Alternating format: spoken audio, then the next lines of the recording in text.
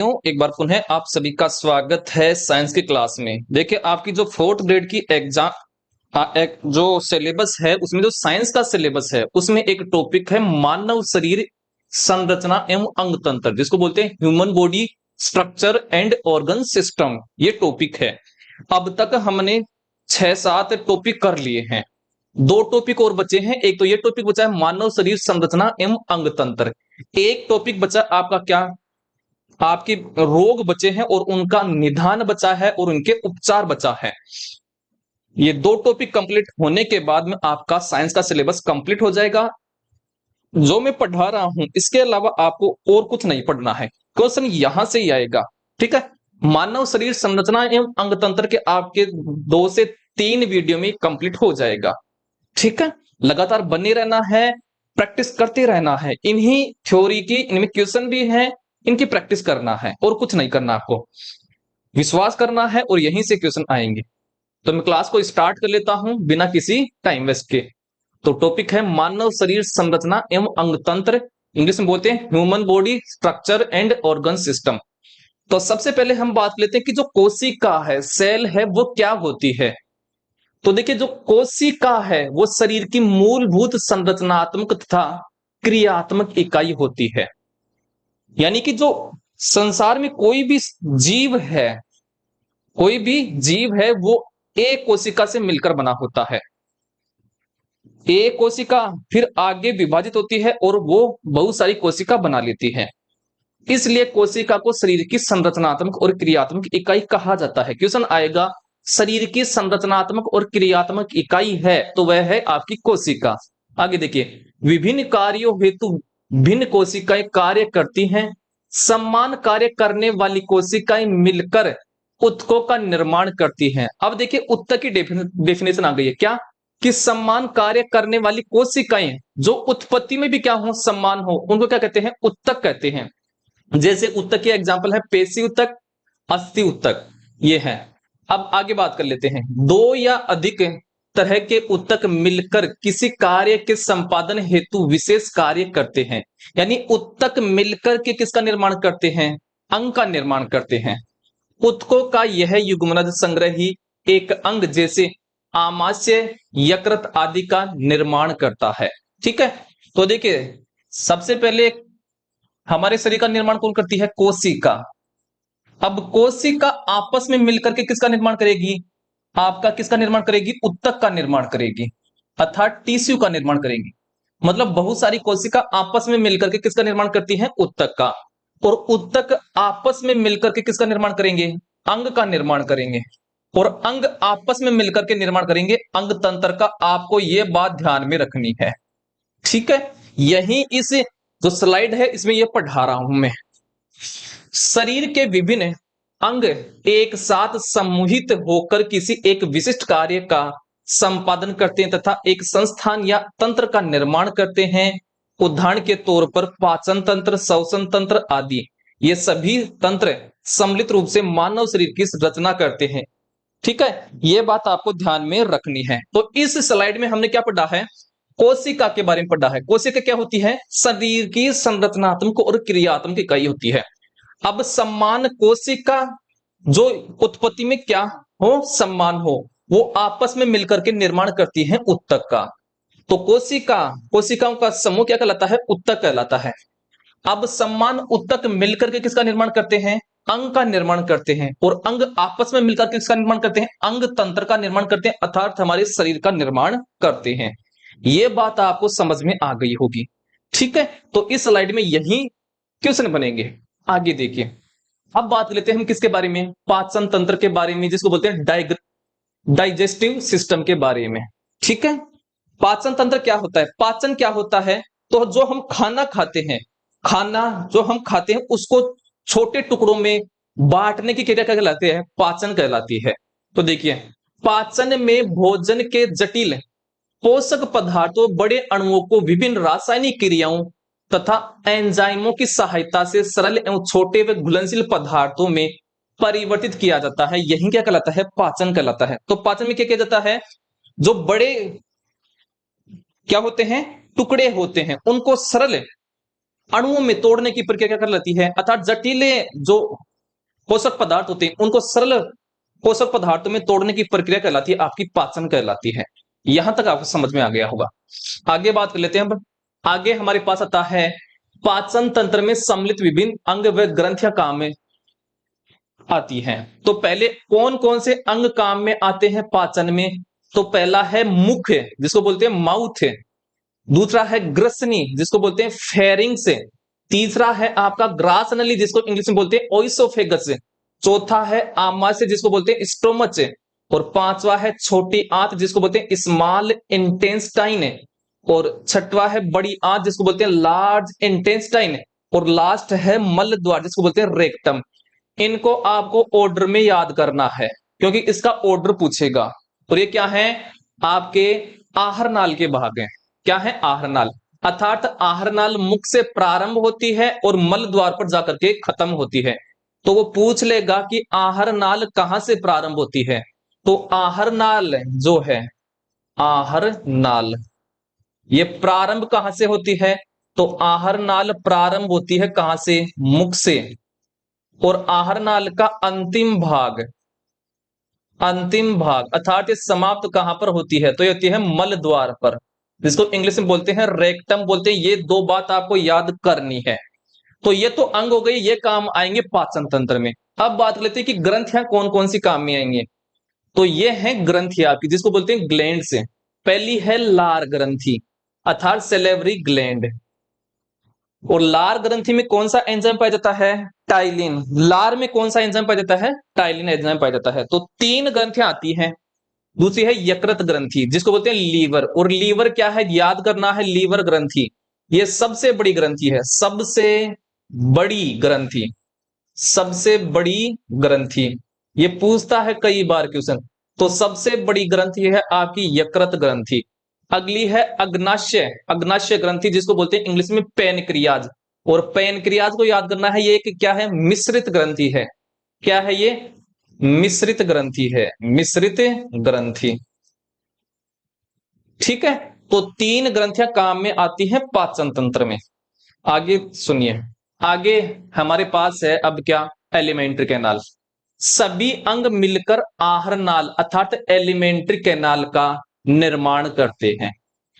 तो देखिए, जो अंग थे अभी हमने पिछली स्लाइड में पढ़ा था, अंग कौन कौन से अंग थे? तो कहां से चालू हो रहा था? मुख है, मुख से चालू हो रहा था। फिर क्या आ रहा था? ग्रसनी। ग्रसनी के बाद में क्या आ रहा था? ग्रास नली। ग्रास नली जिसको बोलते हैं ओइसोफेगस। ओइसोफेगस के बाद में आ रहा था आमाशय, जिसको बोलते हैं स्टोमच। और स्टोमच के बाद में आ रहा था छोटी आंत। क्या आ रहा था? छोटी आंत। और छोटी आंत के बाद में क्या आ रहा था? बड़ी आंत। क्या आ रहा था? बड़ी आंत आ रहा था। और बड़ी आंत के बाद में लास्ट में आ रहा था मल द्वार। तो ये क्या है? एलिमेंट्री कैनाल है। एलिमेंट्री कैनाल के ये भाग हैं, इनसे मिलकर बनी होती है एलिमेंट्री कैनाल। तो एलिमेंट्री कैनाल मुख से प्रारंभ होगी अर्थात माउथ से प्रारंभ होगी, और इसका अंतिम भाग है मल द्वार। क्या है? मल द्वार है। ठीक है। आगे देखिए, जो मुख से शुरू होती है, आ गया, जो मुख से शुरू होकर मल द्वार तक जाती है, अर्थात एलिमेंट्री कैनाल का प्रारंभिक भाग है मुख और अंतिम भाग इसका मल द्वार है।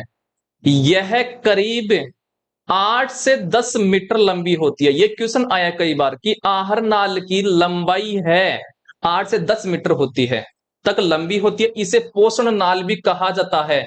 तो एलिमेंट्री कैनाल का दूसरा नाम क्या है? पोषण नाल हो। जहां पर मैं ये बॉक्स बना रहा हूं उनको याद करके जाना है, जिसको इंग्लिश में बोलते हैं डाइजेस्टिव कैनाल बोलते हैं।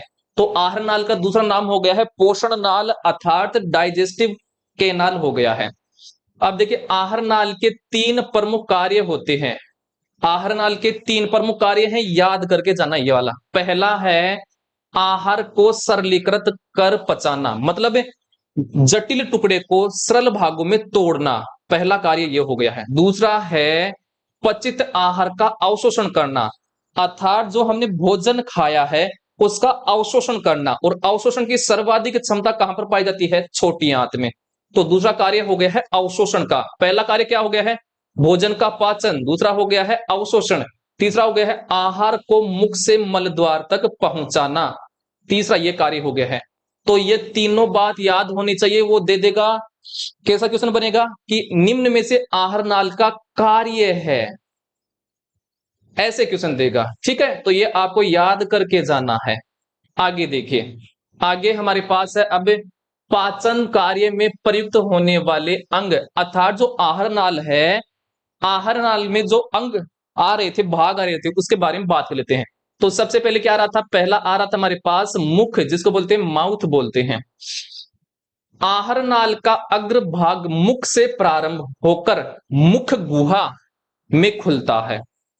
तो आहार नाल का अग्रभाग क्या है, मुख है, और ये मुख से प्रारंभ होकर के मुख गुहा में खुलता है। ठीक है, यह एक कटोरे नुमा अर्थात बाउल शेप्ड अंग है। तो इसकी आकृति कैसी है, कटोरे नुमा है, बाउल शेप्ड है। ये बात आपको ध्यान में रखनी है। पाई जाती है जीव्या मुख गुहा के पृष्ठ भाग में आधार तल पर से फ्रेनुलम लिंगवल। तो जीव्या है, ये आधार से किससे जुड़ी होती है, ये क्वेश्चन आया हुआ है कई बार।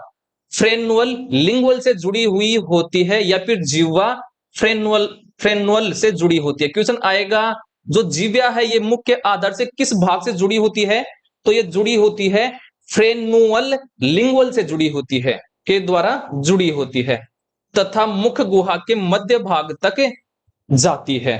तो इस स्लाइड में आपके दो क्वेश्चन बनते हैं, क्या कि आहार नाल ये कहां से प्रारंभ होती है, ये प्रारंभ होती है मुख से। दूसरी बात ये ध्यान रखनी है, जो मुख है इसकी आकृति कैसी होती है, कटोरे नुमा होती है, बाउल शेप्ड होती है। तीसरी है जो जीव्या है अर्थात जो जीभ है, ये मुख में मुख का जो आधार भाग है, आधार तल है, उस कहा किससे जुड़ी होती है, वो तो वो जुड़ी होती है फ्रेनुअल लिंगुअल, और इसको बोलते हैं क्या, जिव्या फ्रेनुअल से जुड़ी होती है। तो ये बात आपको इस स्लाइड में याद करनी है। आगे देखिए, आगे अब बात कर लेते हैं क्या, और मुख के ऊपर व नीचे के भाग में एक एक जबड़े में 16-16 दांत पाए जाते हैं। अर्थात जो वयस्क व्यक्ति होता है, वयस्क व्यक्ति के एक जबड़े में 16 दांत पाए जाते हैं, तो दो जबड़े में कितने हो गए, 32। ठीक है, सभी दांत जबड़े में पाए जाने वाले एक सांचे में स्थित होते हैं। इस सांचे को क्या कहते हैं, मसूड़ा। तो दांत कहां पर पाए जाते हैं, मसूड़ों में पाए जाते हैं, जिनको बोलते हैं गम कहा जाता है। ठीक है, मसूड़ों तथा दांतों की इस स्थिति को ग्रत दंती कहते हैं। तो पहली बात तो ध्यान रखने की, दांत क्या होते हैं, ग्रत दंती होते हैं। मतलब इसका अर्थ क्या होता है कि दांत गहराई में दसे होते हैं, जिसको बोलते हैं थिकोडोंट बोलते हैं, कहा जाता है। मानवों में द्विबार दंती दांत व्यवस्था पाई जाती है। द्विबार दंती का मतलब क्या होता है कि मानव जीवन में दो बार दांत आते हैं। एक तो आते हैं बचपन के टाइम, जिसको बोलते हैं दूध के दांत। और दूध के दांत कितने होते हैं, क्वेश्चन कई बार आया है। दूध के जो दांत होते हैं वो टोटल कितने होते हैं, 20 होते हैं। कितने होते हैं, 20। ये दूध के दांत जब टूट जाते हैं, फिर आते हैं आपके परमानेंट दांत, मतलब स्थायी दांत आते हैं। और स्थायी दांत कितने होते हैं, स्थायी दांत होते हैं 32। अर्थात ऊपरी वाले जबड़े में आपका 16 और नीचे वाले जबड़े में 16, इस प्रकार से 32 दांत आते हैं। आगे सुनिए, जिसमें जीवन काल में दो प्रकार के दांत, अस्थायी दूध के दांत तथा स्थायी पाए जाते हैं। यह बात हो गई है। अब सुनिए, तो हमने दांत के बारे में पढ़ा है, क्या, दांत के बारे में, टीथ के बारे में। पहली तो बात, दांत किस में पाए जाते हैं, मसूड़ों में पाए जाते हैं, मसूड़ों में दांत पाए जाते हैं। दूसरी बात, दांत क्या होते हैं, गरत दंती होते हैं। क्या होते हैं, थीकोडोंट जिसको बोलते हैं। अर्थात जो दांत होते हैं मसूड़ों में गहराई में दसे होते हैं, इनको बोलते हैं गरत दंती। अगली बात थी, दांत क्या होते हैं, द्विबार दंती। क्या होते हैं, द्विबार दंती, मतलब दांत जीवन में दो बार आते हैं। ठीक है, और दांत जो है वो जीवन में दो बार आने के कारण ये कितने प्रकार के हुए, दो प्रकार के। अस्थायी दांत, अस्थायी दांत, अस्थायी दांत। और अस्थायी दांत कितने होते हैं, 20। और अस्थायी दांत ये पाए जाते हैं किसमें, बच्चों में पाए जाते हैं। किसमें पाए जाते हैं, बच्चों में। ठीक है, क्वेश्चन पूछेगा बच्चों में कितने दांत पाए जाते हैं, 20 दांत। फिर जब दूध के दांत, इन अस्थायी दांत को क्या बोलते हैं, दूध के दांत बोलते हैं। क्या बोलते हैं, दूध के दांत। तो क्वेश्चन ऐसा भी आ सकता है कि दूध के दांतों की संख्या कितनी होती है, तो वो होती है 20। जब ये दूध के दांत टूट जाते हैं पूरे, तब आते हैं स्थायी दांत। तो स्थायी जो दांत होते हैं, स्थायी दांत, ये किसमें इनकी संख्या कितनी होती है, टोटल 32 है। और ये किसमें पाए जाते हैं, जो वयस्क व्यक्ति होता है, एडल्ट व्यक्ति होता है, उसमें पाए जाते हैं। ठीक है। अब जो आपका बच्चा होता है, मतलब दूध के दांत होते हैं, दूध के दांतों का सूत्र होता है 2102/2102। ये सूत्र भी याद करना है। पूछेगा मिल्क टीथ फॉर्मूला, या दूध के दांत का सूत्र, या बच्चे के टीथ फॉर्मूला। अच्छा, बच्चे का दांत का सूत्र बोलिए, तो वो क्या होता है 2102/2102। अब हम बात लेते हैं कि जो आपका वयस्क व्यक्ति है, वयस्क मतलब एडल्ट का दांतों का सूत्र क्या होता है, तो वो होता है 2123/2123। ये बात आपको ध्यान में रखना है। कई बार क्वेश्चन आया है कि बच्चे के दांत का सूत्र क्या होता है और वयस्क जो व्यक्ति होता है उसके दांत का सूत्र क्या होता है, ये बात आपको पता होना जरूरी है। ठीक है, आई होप ये वाला आपको समझ में आ गया होगा। अब मैं आपको ये बता देता हूं कि 2123/2123 ये क्या होता है ना। अभी हम आगे बताएंगे, आप इतना ही याद करिए, अभी मैं आगे बता दूंगा। अभी थोड़ा आगे बढ़ते हैं।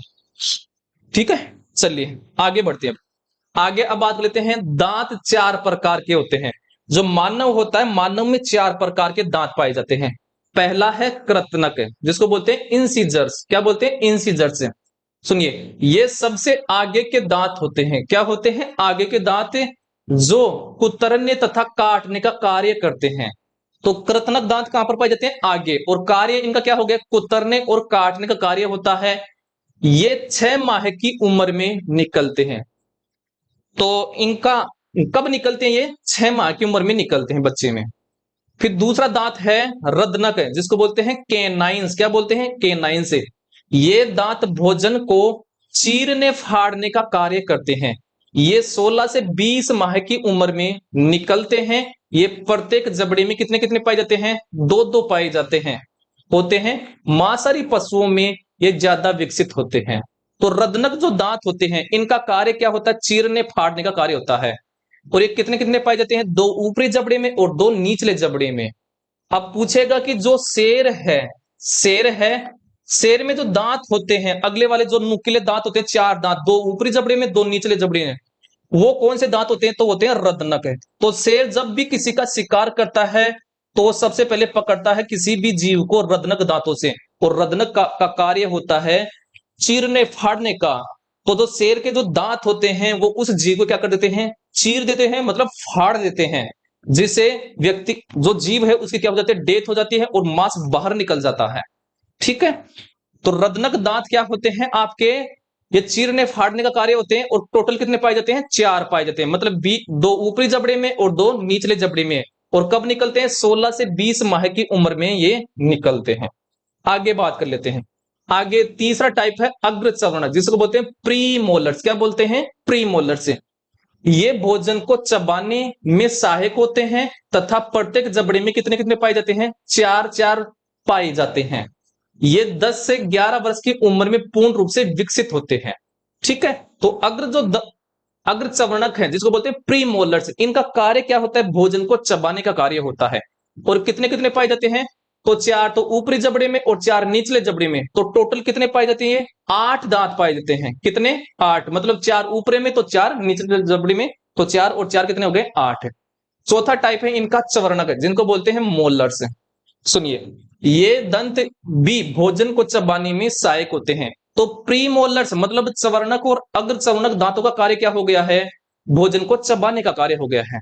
तथा प्रत्येक जबड़े में 6-6 क्या पाए जाते हैं, दांत पाए जाते हैं। मतलब ऊपरी जबड़े में 6 दांत और निचले जबड़े में 6 दांत। तो चवर्णक दांतों की संख्या टोटल कितनी हो गई है, 12, 6 ऊपरी में और 6 निचले जबड़े में। प्रथमतः ये 12 से 15 माह की उम्र में निकलते हैं। तो ये 4 दांतों के बारे में हमने बात कर ली है। अब मैं बात लेता हूं क्या, इनकी आकृति है। देखिए इंसाइजर है, इंसाइजर क्या बोलते हैं, कृंतक। क्या बोलते हैं, कृंतक। तो इसकी तो आकृति ऐसी पाई जाती है। और जो केनाइन है, जिसको बोलते हैं रदनक, और रदनक किसमें पाए जाते हैं, मांसाहारी जो जंतु होते हैं उनमें ज्यादा क्या होते हैं, विकसित होते हैं। देखिए देखिए ये नुकीला ऊपर से। तो जो शेर है या जो जो मांसाहारी जंतु हैं उनमें जो चार आगे के दांत होते हैं, दो ऊपरी जबड़े में दो निचले जबड़े में, वो चार ज्यादा विकसित होते हैं मांसाहारी जंतु में, ताकि किसी भी जीव का आसानी से शिकार किया जा सके। अगला है प्रीमोलर से, जिसको बोलते हैं अग्र चवर्णक। क्या बोलते हैं? अग्र चवर्णक। और ये है मोलर मतलब चवर्णक। चवर्णक, ठीक है। कितने कितने पाए जा रहे थे? कृत्रिम पाए जाते हैं चार तो निचले जबड़े में, चार ऊपरे जबड़े में, तो टोटल 8 दांत पाए जाते हैं। किसमें? एडल्ट में पाए जाते हैं, और बच्चे में भी 8 ही पाए जाते हैं। रत्न कितने पाए जाते हैं? तो दो ऊपरी जबड़े में और दो निचले जबड़े में, टोटल 4 दांत पाए जाते हैं। किसमें? वयस्क में और बच्चे में। समान पाए जाते हैं, चाहे बच्चा हो चाहे वयस्क व्यक्ति हो। अब देखिए अग्र चवर्णक होते हैं। अग्र चवर्णक 4 तो ऊपरी जबड़े में और 4 निचले जबड़े में, तो टोटल कितने हो गए? 8। देखिए ये 8 किस में पाए जाते हैं? वयस्क में। ये बच्चे में नहीं पाए जाते ये दांत। कौन से? अग्र चवर्णक। फिर आते आता है चवर्णक। चवर्णक पाए जाते हैं 6 तो ऊपरी जबड़े में और 6 निचले जबड़े में। टोटली कितने दांत हो गए हैं? 12 दांत। तो 12 ये हो गए हैं टोटल दांत, ठीक है। अब मैं बता देता हूं क्वेश्चन कैसे टपकेगा यहां से। तो हम बात लेते हैं कि जो मानव है, मानव दांत, मानव दांत ये कितने प्रकार के होते हैं? आपके 4 प्रकार के होते हैं। तो 4 प्रकार के होते हैं टोटल। तो पहला टाइप तो क्या है आपका? कृतनक, जिसको बोलते हैं क्या? इंसाइजर बोलते हैं, कृतनक। और कृतनक है, सुनिए पहले कर लेता हूं मैं किसकी बात? बच्चे की। सुनिए, बच्चे में और वयस्क में समान पाए जाते हैं। तो यहां पर मैं बात लेता हूं बच्चे की इस तरफ पे, और इस तरफ बात लेता हूं वयस्क व्यक्ति की, वयस्क व्यक्ति के। सुनिए, ठीक है। चलिए, कृतनक जो होते हैं ये बच्चे में 4 ऊपरी जबड़े में और 4 निचले जबड़े में। तो कितने दांत होते हैं? 8, ठीक है। अब वयस्क में भी क्या होता है? वयस्क में भी 4 ऊपरी जबड़े में और 4 निचले जबड़े में। टोटल कितने पाए जाते हैं? 8 दांत पाए जाते हैं। दूसरा टाइप कौन सा था? रदनक वाला। क्या था? रदनक वाला। तो बच्चे में क्या होते हैं? 2 ऊपरी जबड़े में पाए जाते हैं और 2 निचले जबड़े में। टोटल 4 दांत पाए जाते हैं। कौन से? रदनक दांत।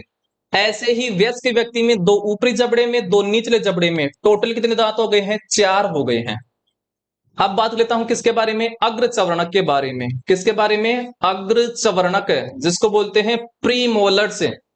जो अग्र चवर्णक होते हैं ये बच्चे में नहीं पाए जाते हैं। 0+0 मतलब ये दोनों ही न तो ऊपरी जबड़े में पाए जाते हैं और न ही निचले जबड़े में पाए जाते हैं। तो क्वेश्चन ऐसा आएगा कि बच्चे में कौन से दांत अनुपस्थित होते हैं? तो बच्चे में आपके अग्र चवर्णक दांत अनुपस्थित होते हैं। तो वयस्क व्यक्ति में अग्र चवर्णक दांत कितने पाए जाते हैं? तो 4 तो ऊपरी जबड़े में और 4 निचले जबड़े में। टोटल 8 दांत पाए जाते हैं। किसमें? अग्र चवर्णक वयस्क व्यक्ति में। अब बात लेते हैं किसमें हम? अब हमारे पास आता है क्या? चवर्णक है। चौथा टाइप आ गया है चवर्णक, ठीक है। तो चवर्णक होते हैं ये बच्चे में 4 तो ऊपरी जबड़े में और 4 निचले जबड़े में। टोटल 8 दांत पाए जाते हैं चवर्णक दांत बच्चे में। लेकिन वयस्क व्यक्ति में क्या होते हैं? 6 तो ऊपरी जबड़े में पाए जाते हैं और 6 निचले जबड़े में। टोटल 12 दांत पाए जाते हैं। किसमें? वयस्क व्यक्ति में। अब इनको जोड़ लेते हैं बच्चे के दांतों को। तो 8 और 4 12, 12 और 8 20। तो बच्चे में टोटल 20 दांत पाए जाते हैं। कितने पाए जाते हैं? 20। क्वेश्चन आएगा बच्चे में कितने दांत पाए जाते हैं? 20। अब जोड़ लेते हैं किसके? वयस्क के दांतों की संख्या। तो 8 और 4 अब 4, 8 और 4 12, 12 और 8 20, 20 और 12 32 है। और वयस्क व्यक्ति में कितने पाए जाते हैं? 32 पाए जाते हैं। यहां तक समझ में आ गया होगा। अब हम बात लेते हैं इनके कार्यों की। तो जो कृतनक दांत होते हैं इनका कार्य क्या होता है? काटने का, कुतरने का और काटने का। कुतरने व काटने का कार्य होता है। किसका? कृतनक दांतों का कार्य। रत्न क्या करते हैं? चीरने और फाड़ने का कार्य करते हैं। चीरने व फाड़ने का कार्य करते हैं। फाड़ने का कार्य करते हैं। चवर्ण कार्य का कार्य क्या होता है? चवर्णक और अग्र चवर्णक का सेम कार्य होता है। चबाने का कार्य करते हैं ये। चबाने का कार्य करते हैं। और चवर्णक भी क्या करते हैं? चबाने का कार्य करते हैं। चबाने का कार्य करते हैं। समझ में आ गया होगा। अब देखिए जो बच्चा है, बच्चे का दंत सूत्र मतलब है बच्चे का दंत सूत्र होता है 2102/2102। ये समझ में आ गया होगा।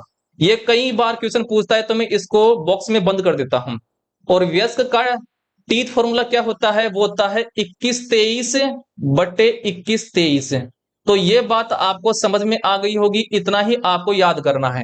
यहां से क्वेश्चन ऐसा आ सकता है, बच्चे का टीथ फॉर्मूला बताइए, व्यस्क का टीथ फॉर्मूला बताइए, या फिर ऐसे बोल देगा अग्रचरण का कार्य क्या होता है, या फिर रदन का कार्य क्या होता है, या फिर ऐसे पूछ सकता है कि रदनक जो होते हैं निचले जबड़े में कितने पाए जाते हैं, या फिर क्वेश्चन ऐसे पूछ सकता है चवर्णक जो होते हैं ये निचले जबड़े में कितने पाए जाते हैं। और ऐसे पूछेगा क्वेश्चन कि बच्चे में अग्रचवर्णक दांत निचले जबड़े में कितने पाए जाते हैं, या फिर टोटल अग्रचवर्णक दांत बच्चे में कितने पाए जाते हैं। तो बच्चे में कितने पाए जाते हैं अग्रचवर्णक दांत?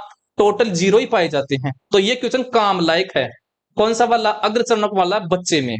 ठीक है। और चवर्णक वाला भी, क्योंकि इनमें ही अंतर पाया जाता है ना। चवर्णक और अग्रचवर्णक में ही अंतर पाया जाता है। बाय का तो देखिए कृतनक भी क्या है, सम्मान पाए जाते हैं बच्चे और वयस्क में, और रदनक भी क्या पाए जाते हैं, सेम पाए जाते हैं। तो क्वेश्चन है अग्रचवर्णक और चवर्णक से ज्यादा बनता है और इनके टीथ फॉर्मूले से बनता है। पूछ ले। और ये पूछता है कि बच्चे में टोटल कितने दांत पाए जाते हैं? 20, और वयस्क में 32 पाए जाते हैं। बोलेगा बच्चे में कितने दांत अनुपस्थित होते हैं? तो देखिए 20 पाए जाते हैं तो 12 दांत अनुपस्थित होते हैं। और बोलेगा कौन से दांत अनुपस्थित होते हैं? तो देखिए चवर्णक और अग्र चवर्णक दांतों की संख्या कम पाई जाती है। ठीक है। इतना ही आपको याद करना है मानव दांत के बारे में। इससे बाहर कोई भी क्वेश्चन नहीं जाएगा, चाहे आप कोई सा भी एग्जाम दे लेना है। ठीक है। आगे बात कर लेते हैं। आगे हमारे पास आती है अब दूसरा अंग जो है। पहला अंग हमने पढ़ा था मुख, माउथ के बारे में पढ़ा था। दूसरा आ गया है ग्रसनी, जिसको बोलते हैं फेरिंग्स बोलते हैं। क्या है फेरिंग्स?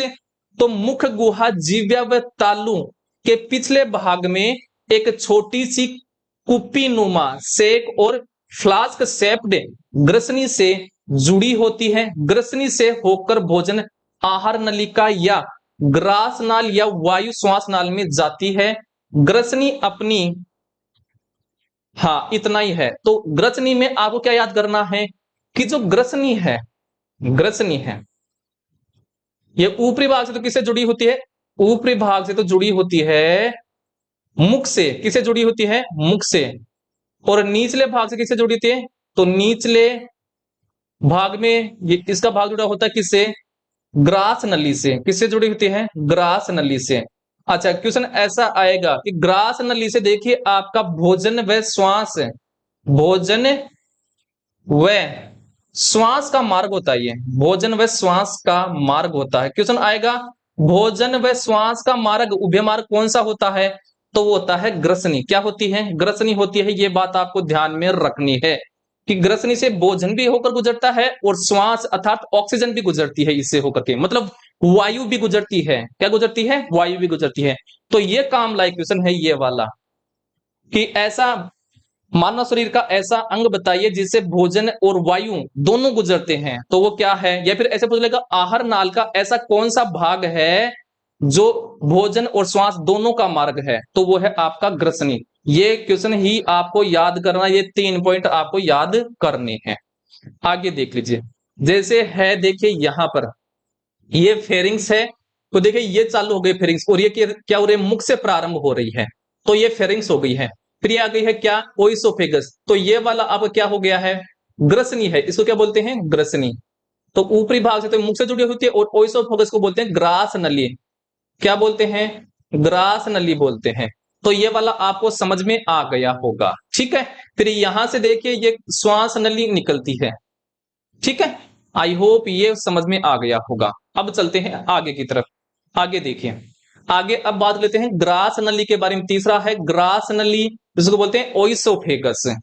क्या है? यह एक संकरी पेशीय नली है जो करीब 25 सेंटीमीटर क्या है? लंबी है। तो इसकी लंबाई कितनी है? पहला क्वेश्चन है 25 सेंटीमीटर। यह ग्रसनी के निचले भाग से प्रारंभ होकर गिरवा, जिसको बोलते हैं सर्विक्स तथा वक्ष स्थल से होती हुई मध्य पट मतलब डायफ्राम से निकल कर उदर गुहा में प्रवेश करती है। ठीक है। ये बात आपको ध्यान में रखनी है। तो ये ग्रसनी से तो प्रारंभ होती है और आमाशय से जुड़ती है।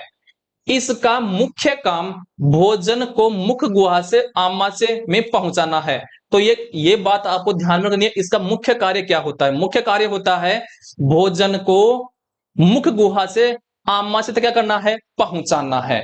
ये बात आपको समझ में आ गई होगी, ठीक है। और इसकी लंबाई कितनी है? 25 सेंटीमीटर है। आगे बात करते हैं।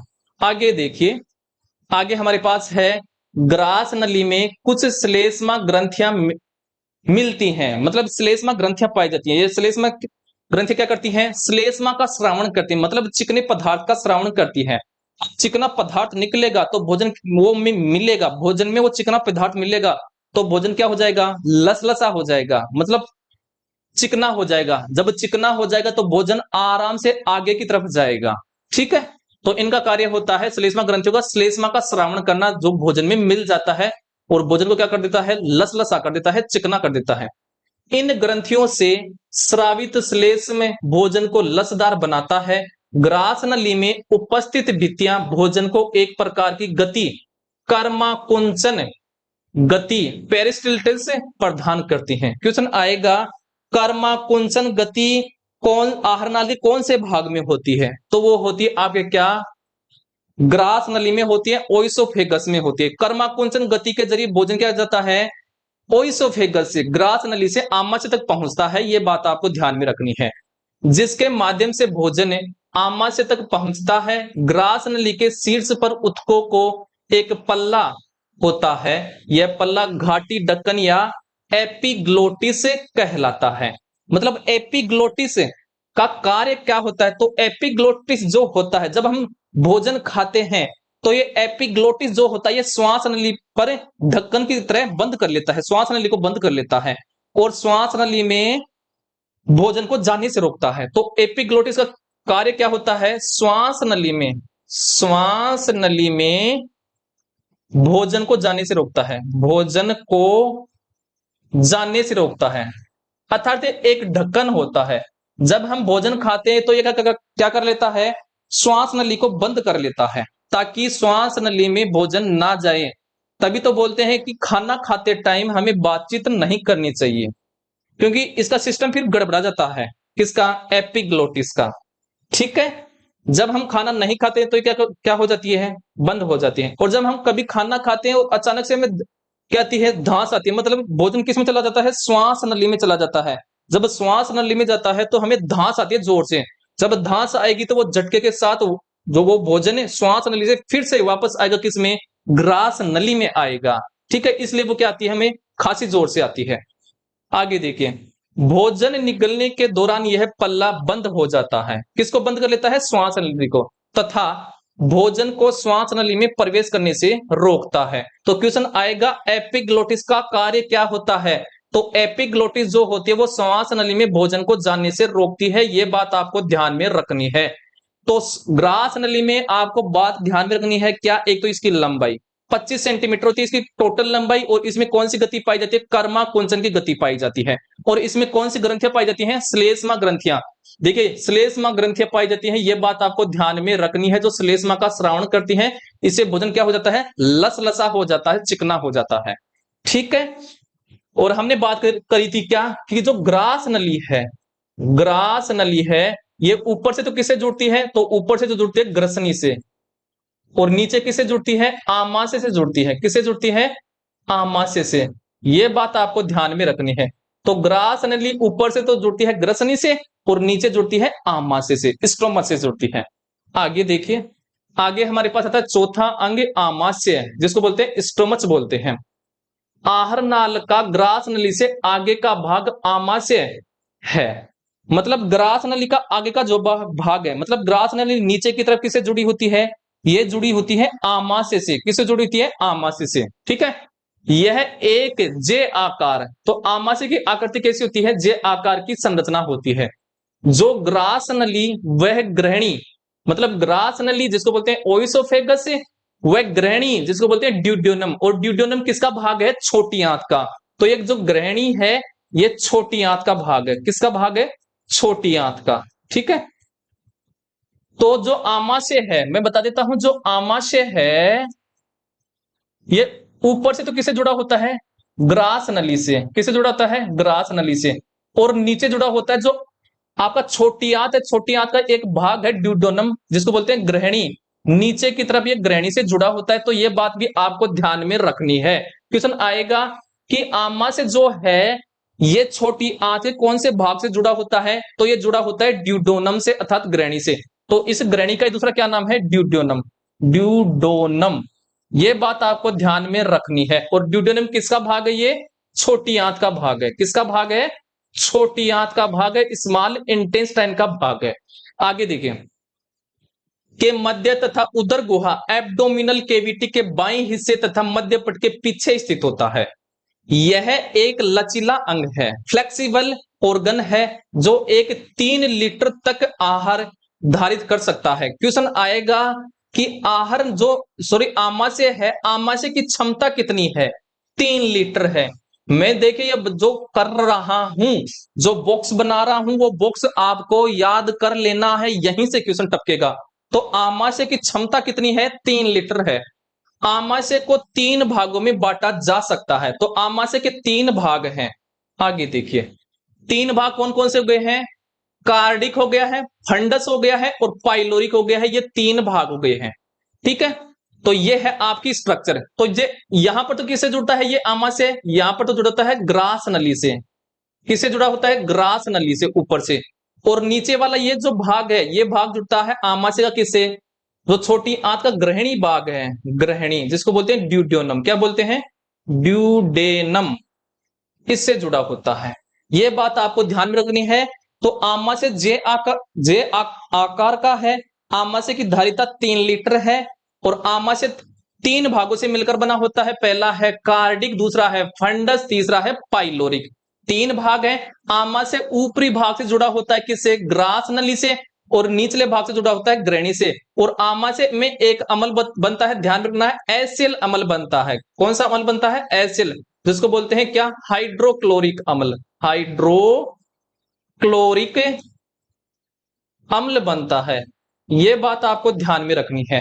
आगे देखिए, आगे हमारे पास आता है, देखिए, तो आमाशय का पहला भाग आ गया है कार्डिक, जिसको बोलते हैं जठरागम भी बोलते हैं। ठीक है, यह बायां बड़ा भाग है जहां से ग्रसिका आमाशय में प्रविष्ट करती है। तो देखिए, कार्डिक हमने बात की थी, ये रहा कार्डिक, बायां भाग है ना ये। और बड़ा भाग जहां पर कौन जुड़ रहा है? ग्रास नली। ठीक है, तो यह बात आपको ध्यान में रखनी है। दूसरा है आपका जठर निर्गमी भाग, जिसको क्या बोलते हैं? जिसको देखिए ये बोलते हैं, ये बोलते हैं आपका फंडस बोलते हैं। क्या बोलते हैं? फंडस। ठीक है, आई होप ये वाला आपको समझ में आ रहा होगा। तो यह आमाशय का दाहिना छोटा भाग है, जहां से आमाशय छोटी आंत से जुड़ा होता है। सॉरी, ये भाग है, ये वाला भाग है पाइलोरस। किसको बोलते हैं? क्या बोलते हैं? ये भाग जिसको बोलते हैं पाइलोरस बोलते हैं। तो पाइलोरस जो भाग होता है, जो हिंदी के वर्ड ऐसे ही है, आपको इंग्लिश का वर्ड याद करना कि जो पाइलोरस भाग है, ये आमाशय का दाहिना भाग है, जहां से आमाशय किससे जुड़ा होता है? छोटी आंत से जुड़ा होता है। ठीक है, तीसरा भाग है फंडिस भाग। ये भाग है फंडिस, ये वाला भाग फंडिस। फंडिस जो भाग है, यह उपरोक्त वर्णित दोनों भागों की मध्य की संरचना है। कैसे? आमाशय में 2 अवरोधिनी या संकोचक पेशियां पाई जाती हैं। ये दोनों पेशियां आमाशय की सामग्री को अंतर्विष्ट करती हैं। तो आमाशय में 2 प्रकार की अवरोधनी पेशियां पाई जाती हैं। पहली तो कौन सी है? ग्रास नलिका अवरोधनी। आपको इंग्लिश का वर्ड याद करना है, कार्डिक या कार्डिक और लोअर ईसोफेगल स्फिंक्टर। ये कहां पर पाए जाते हैं? यहां पर पाए जाते हैं ये अवरोधनी। और ये क्या कार्य करता है? ये भोजन को वापस से ग्रास नली में जाने से रोकता है। तो यह ग्रसिका व आमाशय को विभाजित करती है। क्या करती है? ग्रसिका व आमाशय क्या करती है? विभाजित करती है, अलग करती है, तथा आमाशय से अम्लीय भोजन को ग्रसनी में जाने से रोकती है।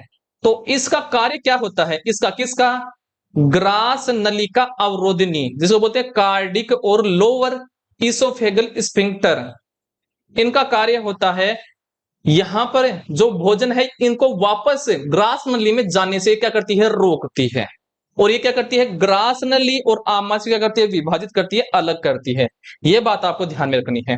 दूसरा है इसमें जठर निर्गमनीय अवरोधनी, जिसको बोलते हैं पाइलोरिक स्फिंक्टर, और ये कहां पर पाई जाती है? ये यहां पर पाई जाती है। कहां पर पाई जाती है? यहां पर। और ये कार्य क्या करती हैं? तो ये कार्य करती हैं छोटी आंत में भोजन को एक साथ भेजती नहीं है, धीरे धीरे भेजती है भोजन को। तो आमाशय व छोटी आंत को विभाजित करती हैं। पहला कार्य तो हो गया पाइलोरिक, जो स्फिंक्टर है, जठर निर्गमनीय अवरोधनी जो है, इसका कार्य होता है क्या? आमाशय व छोटी आंत को विभाजित करना, मतलब अलग करना है। और दूसरा क्या हो गया? आमाशय से छोटी आंत्र में भोजन निकास को नियंत्रित करना, मतलब भोजन को धीरे धीरे भेजती है, एक साथ नहीं भेजती है। ठीक है, इनका कार्य ये है। आगे देखिए, आगे बात कर लेते हैं पांचवा छोटी आंत के बारे में, जिसको बोलते हैं स्मॉल इंटेस्टाइन। देखिए, छोटी आंत पाचन तंत्र का एक अत्यंत महत्वपूर्ण अंग है, अर्थात पाचन की सर्वाधिक सर्वाधिक पाचन कहां पर होता है? छोटी आंत में। यह बात आपको ध्यान में रखनी है। जो आमाशय के जठर निर्गमी यानी पाइलोरिक भाग से शुरू होकर बड़ी आंत पर पूर्ण होती है। मानव में इसकी औसतन लंबाई 7 मीटर होती है। तो इसकी जो लंबाई है वो कितनी होती है? 7 मीटर होती है। ये बात आपको ध्यान में रखनी है। और ये बात ध्यान रखनी है, ये क्या है? अत्यंत महत्वपूर्ण क्या है? पाचन तंत्र का अंग है। आगे देखिए, आहार नाल के इस अंग द्वारा ही भोजन का सर्वाधिक पाचन होता है। तो सर्वाधिक पाचन कहां पर होता है? क्वेश्चन आएगा, सर्वाधिक पाचन कहां पर होता है? तो वो होता है आपका छोटी आंत में। और अवशोषण भी कहां पर होता है? सर्वाधिक अवशोषण भी छोटी आंत में। यह बात आपको ध्यान में रखनी है। छोटी आंत को 3 भागों में विभक्त किया गया है। तो छोटी आंत के 3 भाग हैं, देखिए स्ट्रक्चर आपके सामने है। तो देखिए, पहला तो भाग हो गया है ड्यूडोनम, जिसको क्या बोलते हैं? इसको ऐसे भी लिख देता हूं, ड्यूडेनम। ड्यूडेनम, जिसको क्या बोलते हैं? ग्रहणी बोलते हैं हिंदी में, ग्रहणी। दूसरा हो गया है जेजूनम, ये क्या हो गया है? जेजूनम। और तीसरा हो गया है ईलियम। क्या हो गया है? ईलियम। ठीक है, तो ये वाला जो भाग है, ये वाला भाग, केवल ये वाला भाग, ये वाला भाग क्या है आपका? ड्यूडेनम है। क्या है? ड्यूडेनम। और ये यहां से किससे जुड़ा होता है? ऊपर कौन जुड़ा होता है? आमाशय जुड़ा होता है यहां पर। तो यहां पर जुड़ा होता है आमाशय। और आमाशय भी कौन सा भाग? पाइलोरिक भाग जुड़ा होता है। पाइलोरिक भाग जुड़ा होता है। ठीक है, ये बात आपको ध्यान में रखनी है। फिर देखिए, ये जो बीच वाला, ये जो भाग है, ये जो बीच वाला भाग है, इस तरफ ऐसे बीच वाला भाग, इसको बोलते हैं जेजुनम। क्या बोलते हैं? जेजुनम। फिर यहां से लेकर के ये जो नीचे भाग है, यहां से यहां तक, ये है ईलियम। और ईलियम जो भाग है, ये आगे किससे जुड़ा होता है? तो ये बड़ी आंत्र से जुड़ा होता है। किससे जुड़ा होता है? बड़ी आंत्र से। तो ये जुड़ा होता है बड़ी आंत से जुड़ा होता है, ये भाग, ईलियम वाला भाग। समझ में आ गया होगा। ठीक है, तो क्वेश्चन आएगा, आमाशय का ड्यूडोनम भाग किससे जुड़ा होता है? तो ये जुड़ा होता है आमाशय से। और आमाशय का लास्ट वाला भाग जो ईलियम भाग है, ये किससे जुड़ा होता है? बड़ी आंत से जुड़ा होता है। ये बात आपको ध्यान में रखनी है। ठीक है, और सर्वाधिक आहार नाल का ये भाग है, सर्वाधिक इसी की लंबाई होती है। आगे चलिए, आगे बात करते हैं अब इसके भाग। तो पहला भाग क्या था? ग्रहणी, जिसको बोलते हैं ड्यूडोनम। देखिए, आमाशय से जुड़ा हुआ यह छोटी आंत का पहला भाग है तथा सबसे छोटा भाग है। तो सबसे छोटा भाग कौन सा है? छोटी आंत का ड्यूडोनम भाग है, जो भोजन के रासायनिक पाचन एंजाइमों सबसे महत्वपूर्ण भूमिका निभाता है। तो क्वेश्चन आएगा, छोटी आंत का कौन सा भाग है जिसमें सर्वाधिक पाचन की क्रिया होती है? तो वो होती है ग्रहणी भाग में। किसमें होती है? ग्रहणी अर्थात ड्यूडोनम में। अब छोटी आंत का दूसरा भाग देखिए, जिसको बोलते हैं अग्र क्षुद्रांत्र। आपको इंग्लिश का वर्ड याद रखिए, क्योंकि इंग्लिश में भी पेपर आता है, दोनों लैंग्वेज में आएगा। तो दूसरा भाग है जेजुनम। यह छोटी आंत का मध्य भाग है, बीच में ही तो पाया जा रहा था। देखिए, ये बीच में ही तो है छोटी आंत का। ऊपर तो पाया जा रहा है ड्यूडोनम और नीचे पाया जा रहा है ईलियम। तो ये मध्य भाग है छोटी आंत का। यहां ग्रहणी में पाचित आहार इस रस का अवशोषण किया जाता है। तो जेजुनम भाग है, ये क्या करता है? पाचित रस का, मतलब रस का अवशोषण करता है। मुख्यतः अवशोषण का कार्य विशेष प्रकार की कोशिकाओं, जिन्हें आंत्र कोशिका एंटेरोसाइट कहा जाता है, के द्वारा संपादित होता है। क्वेश्चन आएगा, एंटेरोसाइट कोशिका किसमें पाई जाती है? छोटी आंत के कौन से भाग में पाई जाती है? तो वो पाई जाती है अभी कौन से भाग में? जेजुनम भाग में। अब तीसरा भाग देखिए, तीसरा भाग है क्षुद्रांत्र, जिसको बोलते हैं ईलियम। इंग्लिश का वर्ड याद करना है, इसको बोलते हैं ईलियम। तो ये क्या होता है, यह छोटी आंत का अंतिम भाग है। अंतिम भाग है ना, देखिए दिखा दूं, देखिए ये अंतिम भाग नीचे, सबसे नीचे यही है। तो छोटी आंत का अंतिम भाग है जो बड़ी आंत में खुलता है और ये बड़ी आंत से जुड़ा होता है। यह भाग उन पोषक तत्वों, विशेष रूप से पित्त, लवण व विटामिनों का अवशोषण करता है जो अग्र क्षुद्रांत्र में अवशोषित नहीं होते हैं। ठीक है, तो इनका कार्य क्या होता है, इलियम का कार्य होता है क्या, पित्त रस व विटामिनों को क्या करना, अवशोषण करना। ये ऐसा का ऐसा याद करके जाना है, ये वाला याद करके जाना है मेन बात। आगे देखिए, आगे अब बात कर लेते हैं बड़ी आंत के बारे में, जिसको बोलते हैं लार्ज इंटेस्टाइन। तो क्षुद्रांत्र जिसको क्या बोलते हैं, इलियम बोलते हैं, आगे बड़ी आंत से जुड़ा होता है। यहां कुछ विशेष जीवाणु पाए जाते हैं। क्या पाए जाते हैं, विशेष जीवाणु पाए जाते हैं। ये जीवाणु छोटी आंत से शेष बचे अपाचित भोजन को किण्वन क्रिया, फर्मेंटेशन द्वारा सरलीकृत कर पाचन में मदद करते हैं। बड़ी आंत का मुख्य कार्य, तो बड़ी आंत का मुख्य कार्य क्या होता है, जल व खनिज लवणों का अवशोषण करना। तो ये क्वेश्चन आएगा कि बड़ी आंत का मुख्य कार्य क्या होता है, जल व खनिज लवणों का अवशोषण करना है और अपाचित भोजन को मल द्वार से उत्सर्जित करना। तो दूसरा कार्य हो गया है अपाचित भोजन को मल द्वार से क्या करना है, उत्सर्जित कर देना, मतलब बाहर निकाल देना। मनुष्य में बड़ी आंत को 3 भागों में विभक्त किया गया है। तो 3 भाग है बड़ी आंत के, देखिए। तो बड़ी आंत के 3 भाग कौन से हो गए हैं, पहला हो गया है सिक्कम, देखिए इंग्लिश का वर्ड है सिक्कम, याद ऐसे ही करना। तो पहला भाग है सिक्कम, दूसरा भाग हो गया है कोलन, मतलब ये वाला जो भाग ऊपर वाला भाग, देखिए कलर अलग है ना। तो ये जो आपका पीला रंग वाला है ये तो आपका सिक्कम है, फिर ये थोड़ा ये लाल रंग का है ना, ये थोड़ा, ये क्या है, कोलन, क्या है, कोलन है। तो ये कोलन है। फिर ये वाला जो भाग है थोड़ा, ये वाला भाग है, ये वाला भाग है ना, ये वाला भाग, इसको बोलते हैं रेक्टम। क्या बोलते हैं, रेक्टम बोलते हैं। तो 3 भाग हो गए हैं, सिक्कम, कोलम और रेक्टम। तो कोलन वाला भाग तो क्या होता है, खड़ा वाला भाग, जो खड़ा भाग है ये खड़ा रहता है ना, इसको बोलते हैं सिक्कम। अब फिर कोलन को भी 3 भागों में बांटा गया है। ये वाला भाग है केवल, देखिए ये वाला भाग, इसको क्या बोलते हैं, सिक्कम। ये वाला भाग है सिक्कम, क्या है, सिक्कम है ये वाला भाग। ठीक है, इतना ही।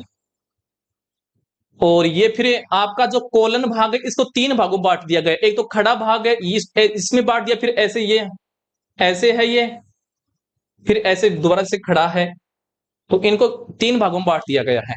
फिर ये आपका ये हो गया है रेक्टम और लास्ट में हो गया है एनस। तो आगे बात कर लेते हैं इसके भागों के बारे में। पहला भाग हो गया अर्धांत्र, देखिए इंग्लिश का अंधनाल भी बोलते हैं, आपको इंग्लिश का वर्ड याद करना है सिक्कम। क्या बोलते हैं, सिक्कम।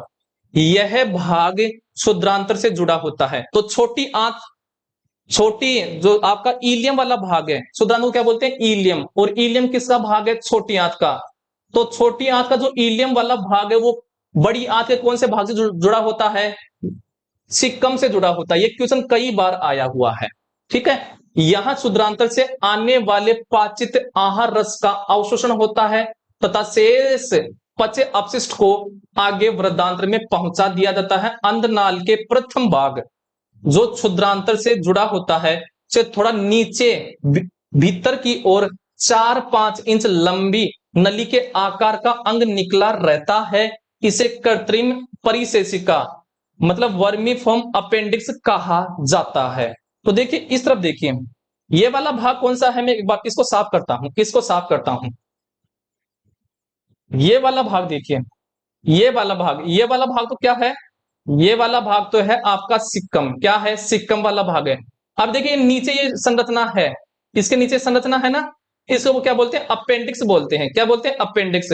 कई बार ये हमें प्रॉब्लम करती है तो हम इसका क्या करते हैं, ऑपरेशन कराते हैं, अपेंडिक्स का ऑपरेशन। ठीक है, तो क्वेश्चन आएगा कि सिक्कम के नीचे अपेंडिक्स किससे जुड़ी होती है, अपेंडिक्स किससे जुड़ी होती है, तो वो जुड़ी होती है सिक्कम से। किससे जुड़ी होती है, सिक्कम से जुड़ी होती है। ये बात आपको ध्यान में रखनी है। ठीक है, आगे चलिए।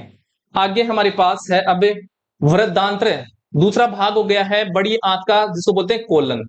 आहर नाल में बड़ी आंत का अर्धांत्र के आगे वाला भाग वर्धांत्र कहलाता है। यह उल्टे यू के आकार की करीब 1.3 मीटर लंबी नलिका होती है। वर्धांत्र 4 भागों में विभक्त होता है। मतलब कोलन है ये 4 भागों में विभक्त होता है। पहला है आरोही वर्धांत्र। क्या होता है आरोही? करीब 15 मीटर होता है, 15 मीटर लंबी होती है। तो आरोही जो वर्धांत्र है, देखिए आरोही वर्धांत्र ये है, तो एक खड़ा भाग ना, ये वाला भाग, ये वाला भाग, ये आरोही, जिसको बोलते हैं असेंडिंग कोलन। क्या बोलते हैं? असेंडिंग कोलन बोलते हैं। ठीक है। और इसकी लंबाई कितनी होती है? 15 मीटर होती है, 15 सेंटीमीटर होती है। दूसरा भाग है अनुप्रस्थ वर्धांत्र ट्रांसवर्स कोलोन, करीब 50 सेंटीमीटर लंबी होती है। कितनी होती है? 50 सेंटीमीटर। तो ये वाला जो भाग है, कौन सा वाला भाग? ये भाग है, मैं एक बार इसको साफ करता हूं, इसको ट्रांसवर्स कोलोन। तो ये वाला जो भाग है, यहां से लेकर के और यहां तक ये भाग जा रहा है, ये वाला भाग, इसको बोलते हैं क्या? Transverse colon. ठीक है, समझ में आ गया। और 50 सेंटीमीटर होता है। आगे देखिए, तो ये क्या होता है? 50 सेंटीमीटर। तीसरा है अवरोही वृद्धांत्र, जिसको बोलते हैं डिसेंडिंग कोलन, करीब 25 सेंटीमीटर लंबी होती है। तो देखिए आपका अवरोही, सॉरी अवरोही दिखा देता हूं मैं आपको, यहां पर देखिए अवरोही, ये रहा भाग, कौन सा वाला? मैं एक बार इसको साफ कर देता हूं।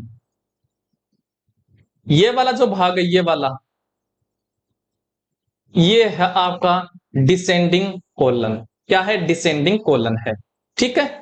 और ये भी क्या है? 25 सेंटीमीटर लंबा है। और लास्ट हो जाएगा सिग्मोइड। तो ये वाला जो भाग है सिग्मोइड भाग, ये अगला भाग है किसका? कोलन का। और तो ये हो गया है चौथा भाग। कौन सा चौथा भाग? सिग्माकार वर्धांत्र, जिसको बोलते हैं सिग्मोइड कोलन, करीब 40 सेंटीमीटर नलिका है। तो आपका कोलन भाग को 4 भागों में बांटा गया है। पहला है आरोही। आपको इंग्लिश का वर्ड याद करना है, क्योंकि हिंदी का वो मीनिंग अलग अलग दे देगा, हिंदी का अर्थ अलग अलग बन जाता है। असेंडिंग कोलन, फिर हो गया ट्रांसवर्स कोलन, तीसरा हो गया डिसेंडिंग कोलन, और चौथा हो गया सिग्मोइड कोलन। ठीक है। और इनकी लंबाई आपको याद करनी है। पहला हो जाएगा 15 सेंटीमीटर का, असेंडिंग कोलन 15 सेंटीमीटर का हो गया, ट्रांसवर्स कोलन हो गया है आपका 50 सेंटीमीटर का, और डिसेंडिंग कोलन हो गया है 25 सेंटीमीटर का, और सिग्मोइड कोलन हो गया है 40 सेंटीमीटर का। ठीक है। अब तीसरा भाग देखिए, तीसरा भाग है इसका मलाशय, छोटी आंत का तीसरा भाग है मलाशय, जिसको बोलते हैं रेक्टम। मलाशय आहार नाल का अंतिम भाग होता है, यह करीब 20 सेंटीमीटर लंबा होता है। तो इसकी लंबाई कितनी होती है? 20 सेंटीमीटर। मलाशय के अंतिम 3 सेंटीमीटर वाले भाग को क्या कहते हैं? गुदा नाल अर्थात एनल के नाल कहा जाता है। गुदा नाल मल द्वार अर्थात एनस के रास्ते से बाहर खुलता है, मल द्वारा पर आकर आहार नाल समाप्त होती है। गुदा नाल में 2 संवर्णी बही और अंत है संवर्णी स्फिंक्टर्स पाए जाते हैं। पाचित आहार रस के अवशोषण के पश्चात शेष रहे अपशिष्ट पदार्थों के बाहर निकलने की प्रक्रिया को यह संवर्णी पेशी क्या करती है? नियंत्रित करती है। अर्थात अपशिष्ट कितना निकालना है वो किसको, ये कौन नियंत्रित करती है? ये संवर्णी पेशियां नियंत्रित करती हैं, जिसको बोलते हैं स्फिंक्टर मसल्स करती हैं। ये बात आपको समझ में आ गई होगी। तो इसके बारे में इतना ही याद करना। एक तो इसकी लंबाई याद करनी है, किसके बारे में?